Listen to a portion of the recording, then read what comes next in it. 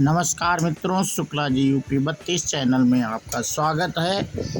और मित्रों, आज इस वीडियो में बात करेंगे हम कलयुग में भी श्राप लग सकता है, कुछ बातें पूरी होनी चाहिए। तो इस पे मित्रों हम वीडियो बना रहे हैं और ध्यान से सुनना मित्रों। और जो लोग पहली बार चैनल को देख रहे हैं वो चैनल को सब्सक्राइब कर लें, बेल आइकन दबा दें, जिससे आपको ऐसे धार्मिक वीडियो के नोटिफिकेशन मिलते रहें। तो बिना देरी के हम मित्रों वीडियो अपना शुरू करते हैं। सांप किसी के अमंगल के लिए उसे नीचे गिराने के लिए दिया जाता है। वरदान किसी के मंगल के लिए और उसे ऊपर उठाने के लिए प्रयोग में लाया जाता है। दोनों के पीछे विज्ञान एक ही है, संकल्प शक्ति और वाक शक्ति। यह श्री कृष्ण ने उद्धव को समझाया है। जिसने मेरे सत्य संकल्प स्वरूप में अपना चित्त स्थिर कर लिया है, वह जैसा संकल्प करता है उसका संकल्प सिद्ध हो जाता है। इसलिए यह जानना आवश्यक है कि भगवान सत्य संकल्प हैं। मैं भगवान का अंश होने के कारण सत्य संकल्प हूँ। मैं जो संकल्प कर रहा हूँ वह पूरा होगा। यह हम इसलिए कह रहे हैं क्योंकि उपनिषदों के अनुसार भगवान ने अपने संकल्प में समस्त ब्रह्मांड का निर्माण किया है। बाइबल के अनुसार भी भगवान ने अपनी संकल्प शक्ति से ही ब्राह्मण का निर्माण किया है।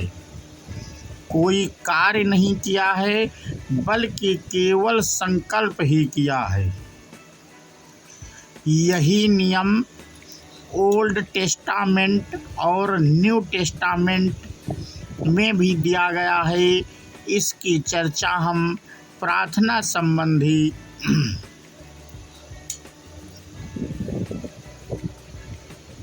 देखते हैं। शाप देने की शक्ति आती है तपस्या, मंत्र आदि से, धर्म पर चलने से, सत्यवादिता से, भक्ति से व संयोग से, अथवा भगवान या महापुरुष द्वारा दिए गए वरदान से। अत्याचार, अनाचार, पापाचार, व्याभिचार आदि से संकल्प की शक्ति कमजोर पड़ जाती है, ऐसा ब्रह्मलीन विद्वान करपात्री जी का भी मत है। किसी को भी शाप देने से तपस्या का श्रेय होता है। श्री कृष्ण जब महाभारत युद्ध के पश्चात द्वारिका जा रहे थे, तब रास्ते में उन्हें उतंग मिले, जो उन्हें शाप देने पर उतारू हो गए। यह कहकर कि उन्होंने महाभारत के युद्ध को रोका नहीं। कृष्ण ने उन्हें समझाया कि कोई भी पुरुष थोड़ी सी तपस्या के बल पर श्री कृष्ण का तिरस्कार नहीं कर सकता। वह नहीं चाहते कि उतंग की तपस्या का नाश हो। उन्हें शाप देने से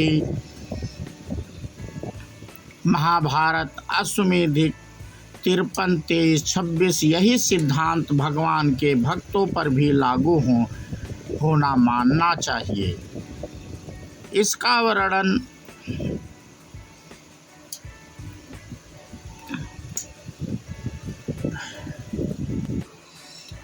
दुर्वासा जी द्वारा प्रकट की गई कृत्या अमरीश का कुछ नहीं बिगाड़ सकी।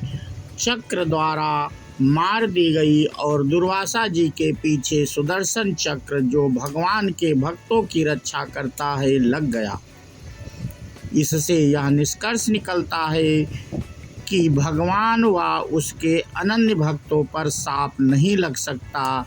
यही बात भगवत प्राप्त महापुरुषों पर भी लागू है। परंतु ऐसा देखा गया कि लीला के भगवान भी शाप स्वीकार कर लेते हैं। यह स्वेच्छा से करते हैं। कोई उनकी इच्छा के विरुद्ध उन्हें शाप नहीं दे सकता। महापुरुषों की शक्ति वरदान, आशीर्वाद और शाप देने से घटती नहीं है। महापुरुष तो एक तरह से भगवान के जैसे ही होते हैं। उन्हें भगवान की समस्त शक्तियाँ, समस्त ऐश्वर्य प्राप्त होता है। अलावा सृष्टि का पालन और प्रलय की रही बात भगवान की, तो उनकी शक्तियाँ अनंत हैं और कभी कम हो ही नहीं सकती। और तपस्वियों की शक्ति जैसे ऊपर बताया गया है, शाप या वरदान देने से घटती हैं। कुछ ऐसे शाप जिनका भगवान भागवत में वर्णन है, पर हम चर्चा करेंगे। जय विजय को सनकादिक कुमारों द्वारा दिए गए शाप की चर्चा वराह अवतार की कथा में पूर्व में कर चुके हैं। नारद जी को दिए गए शाप की भी चर्चा नारद अवतार के प्रसंग में की जा चुकी है। इन दोनों में ही हमने देखा कि शाप या तो किसी लीला का हिस्सा होता है या व्यक्ति को दिया जाए उसके भले के लिए होता है। जय विजय को जो शाप मिला उससे वह लोग 3 जन्मों तक असुर योनि में उत्पन्न हुए। एकाग्रचित होकर भगवान से बैर रखा।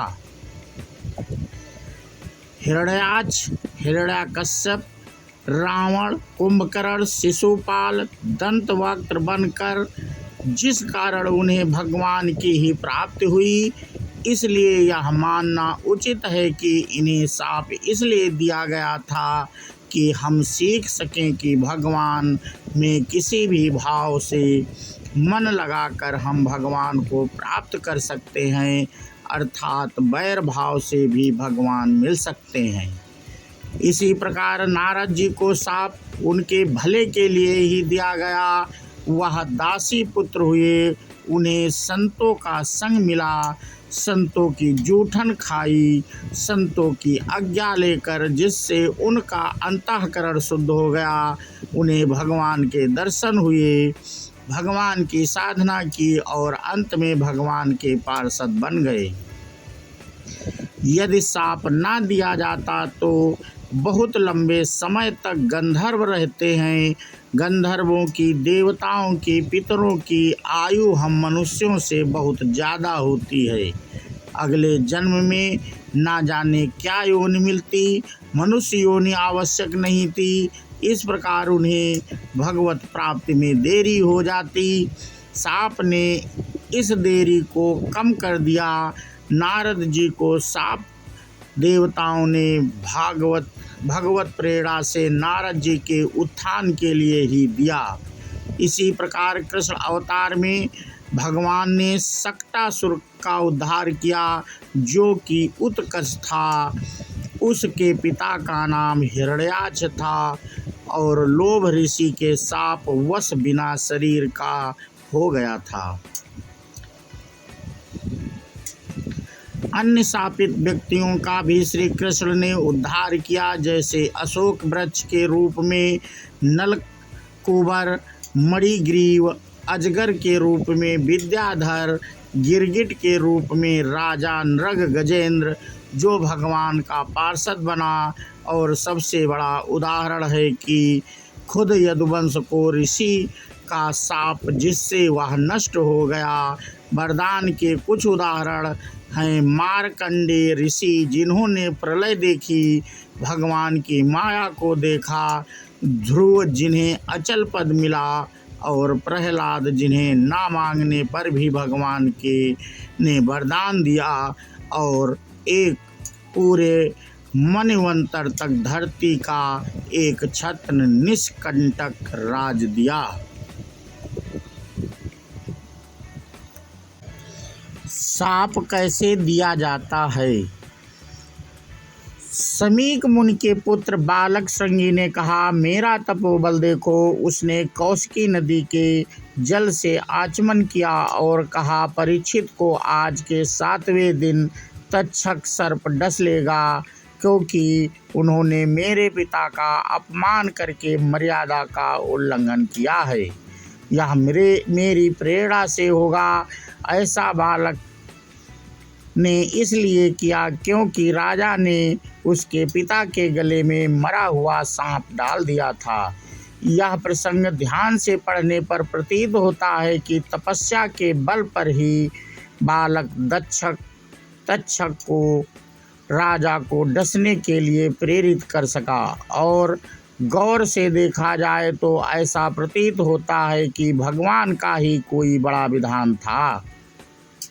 राजा परीक्षित महापुरुष थे, ने इसे भगवान का प्रसाद समझा कि बहुत दिनों तक वह संसार में आसक्त हो रहे थे और उन्हें अब वैराग्य का कारण मिल गया है।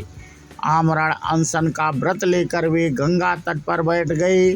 आगे की कथा हम सभी जानते हैं। सुखदेव जी आए और उन्होंने सप्ताह भर राजा को भागवत सुनाई, जिससे राजा आत्मा और ब्रह्मा की एक रूपता की स्थिति में स्थित हो गए, ब्रह्म स्वरूप हो गए और उनकी मुक्ति हो गई।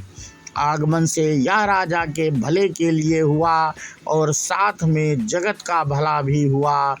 भागवत श्रवण से सबके लिए मुक्ति का मार्ग प्रशस्त हो गया। दुर्वासा का पीछा सुदर्शन चक्र से राजा अम्बरीश ने इस तरह छुड़वाया, यदि मैंने कुछ भी दान किया हो, यज्ञ किया हो, धर्म का पालन किया हो, ब्राह्मणों का सम्मान किया हो, तो दुर्वासा की जलन मिट जाए। मैंने भगवान को सब प्राणियों की आत्मा में देखा हो और भगवान मुझ पर प्रसन्न हो तो दुर्वासा जी के हृदय की सारी जलन मिट जाए, और ऐसा हो गया।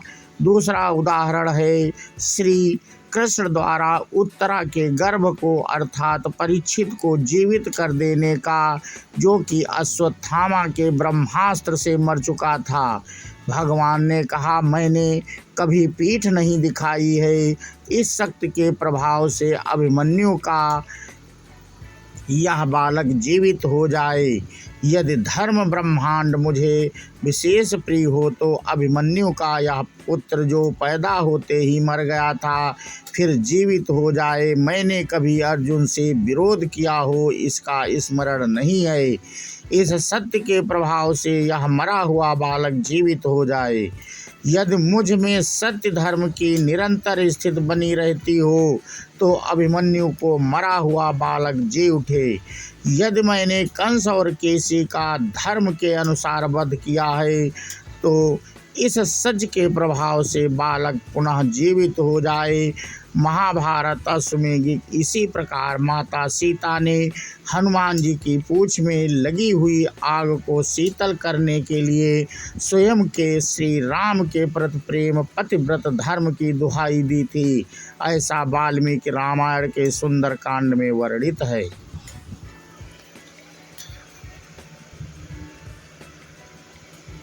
यदि कोई ऊपर बताए हुए शर्तें पूरी कर दे तो उसका दिया हुआ वरदान आशीर्वाद यहाँ तक कि साप भी सत्य हो सकता है।